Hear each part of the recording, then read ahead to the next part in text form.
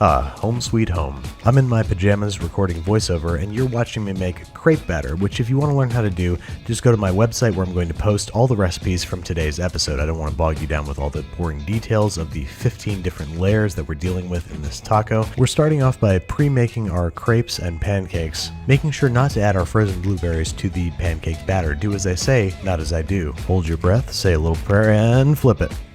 Now that my blood pressure is up 10 points, let's start stuffing this taco. According to the Taco Town commercial, it goes ground beef, tomatoes, lettuce, a southwestern sauce which I've improvised using mayo, sour cream, and spices, and the only reliable source of neon yellow nacho cheese that I know of, Lunchables. Save the Capri Sun for another time and harvest a few tablespoons of the sticky yellow stuff. Next up, a flour tortilla with refried beans. This is the classic double-decker formation, followed by a toasted corn tortilla with Monterey Jack cheese. Then we need to dress our chalupa with guacamolito sauce and place the whole affair inexplicably in a corn husk along with some pico de gallo that we're going to bake while we get the European side of our taco ready to go. Start by spreading some scrambled eggs inside of our authentic Parisian crepe, along with Gruyere cheese, merguez sausage, and sauteed portobello mushrooms. Yes, these are baby bella mushrooms, which are just portobellos that haven't grown up yet. This thing's starting to get a little ridiculous. It only makes sense that we're going to throw it inside of a pizza. I know the commercial says Chicago deep dish style, but that would be impossible to fold, so we're going with a frozen pizza, followed finally by our gargantuan blueberry pancake.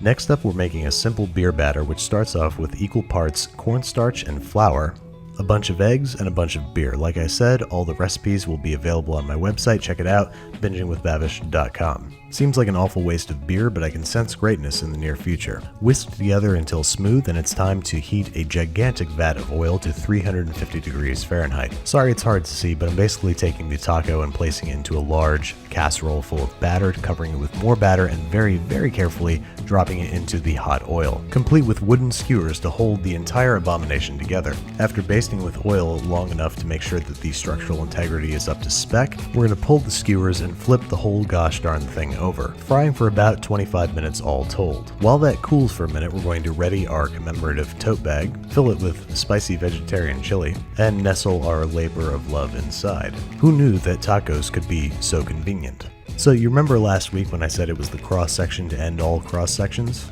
Well, I lied. This is the very antithesis of a raised game pie, and it's got the layers to prove it. And now it's time for that all-important taste test, which you're going to see my hands sort of go up in amazement because I can't believe that this is actually pretty good, like palatable, like something that I actually ended up serving to a group of friends.